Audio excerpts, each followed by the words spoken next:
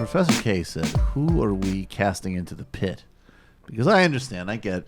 You know, maybe you're not totally on board with the gulag branding for this segment, but what are you gonna do? So, but please, can I get a little Soviet anthem, or maybe a little bit of the Tony Bennett?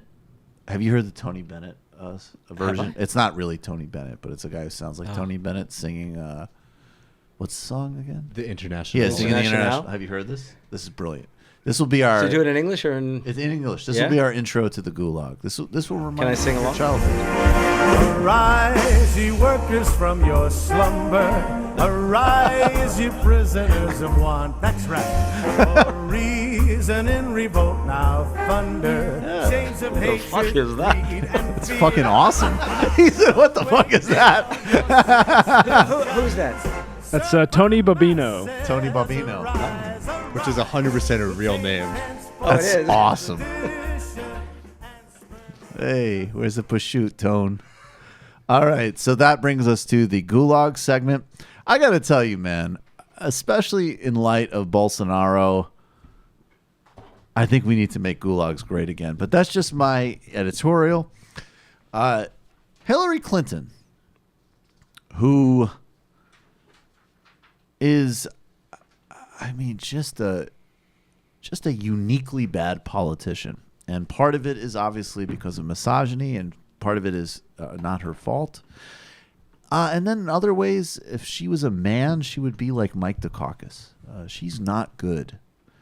And she really facilitated, and her historical contribution out of 2016 will be the merging of pseudo-woke discourse with neoliberal politics, which is a really toxic and dangerous legacy for the future of the Democratic Party and American democracy.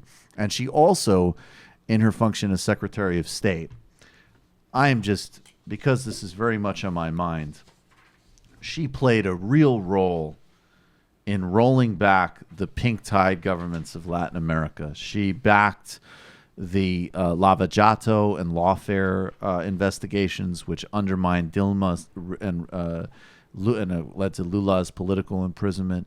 She pushed for neoliberal trade deals, which were designed to, open up markets across Latin America in a way that disregarded the environment, labor, and indigenous rights, but also undermined the sort of linkages that countries like Venezuela and Brazil were actually attempting as a sort of more socially based way of approaching Latin America. She lost in 2008. And you know what? There were a lot of factors. There was a charisma gap. There was a Clinton fatigue. But I remember it. She lost because of Iraq. And people don't seem to have a clear memory of this. Barack Obama defeated her because he opposed an illegal, catastrophic invasion, and she voted for it. There's a lot of other factors that come into play in a campaign, but that one choice was the fundamental reason that Barack Obama defeated her. And I don't wish her any ill. If her and her husband want to grift off of weird segments of Twitter and the population for the rest of their lives, that's fine. I was open to a deal in the early Trump administration where, in exchange for a mass resignation of Republicans, I would be okay with exiling the Clintons to Dubai, as an example, or imprisoning them. I would lock her up as part of a deal for Medicaid for all, I guess is my point. And so now hey, I make deals. I don't want her to be locked up, but I make deals. And I thought we were past this. And I also thought we were past even her recognizing, like, hey, maybe as a pretty unpopular figure still, talking about less than 2 weeks before crucial midterms that you have to be like the most crackpot fool to not understand the importance of, maybe I'd keep my mouth shut. Maybe not even. Maybe I'll give an interview and I'll say Trump is bad and democracy's under threat. That works. But I would not say this. I'd like to be president. Okay. Look,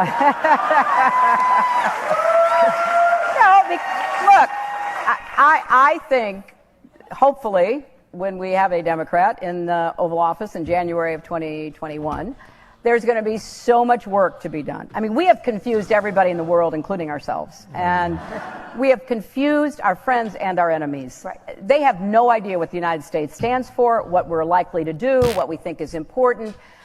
So the work would be work that I feel very well prepared See, that's for, the having problem. been in the Senate for 8 years, having been a diplomat in the State Department.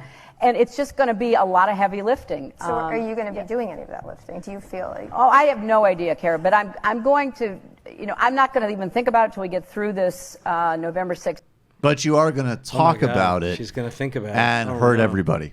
Yes. Now, this is just for the re-education, maybe way out. Is right before that clip, I found there's a bit of context where she's asked if she has any plans to run again, and she says no. Okay. Fair enough. What is she then saying here? Well, at the end? well, she's I like, guess but I maybe she's want just being to. honest, which is that, yes, as you said before, we'd all like to be president.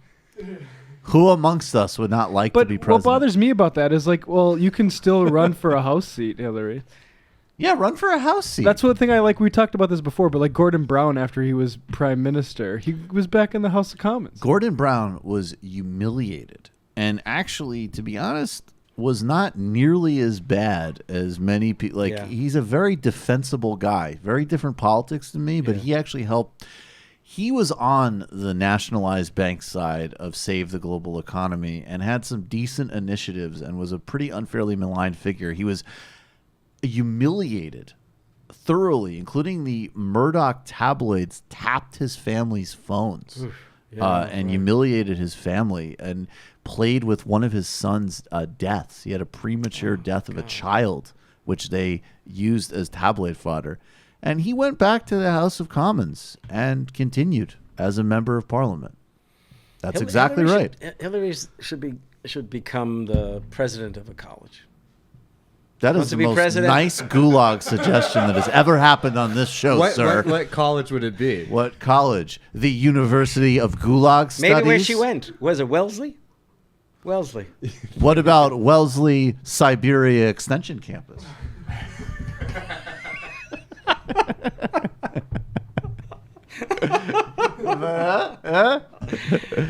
Pick it up when I'm putting down, bro? Yeah.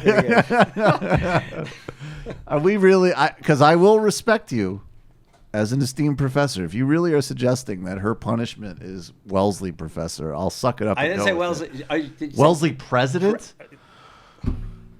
Man. Can She we pays say, a lot how of money about for this. provost? So she doesn't get the president title. No. No. But if she gets the president title, Yes. then maybe that will sort of, what's the word? Satisfy her ambitions. I do not think that is the case. Okay. Chelsea Clinton's exploring a run, isn't she? Well, she's not. We're now. we're not allowed to talk about that until she officially. Let me make one announces. thing clear as well. I don't buy. I don't like. I don't like dynasties, or as they say in England, dynasties. I just don't. No, Matt made this point the other day because we were talking about the U.S. It took this murder and dismemberment of a journalist in a consulate for the U.S. elite to stop having a love affair with MBS. It wasn't just Trump. It was Mark Zuckerberg and The Rock and Mike Bloomberg. Are you suing them for this TMBS, MBS? I'm trying to get funding from him, and so what is Patreon MBS level?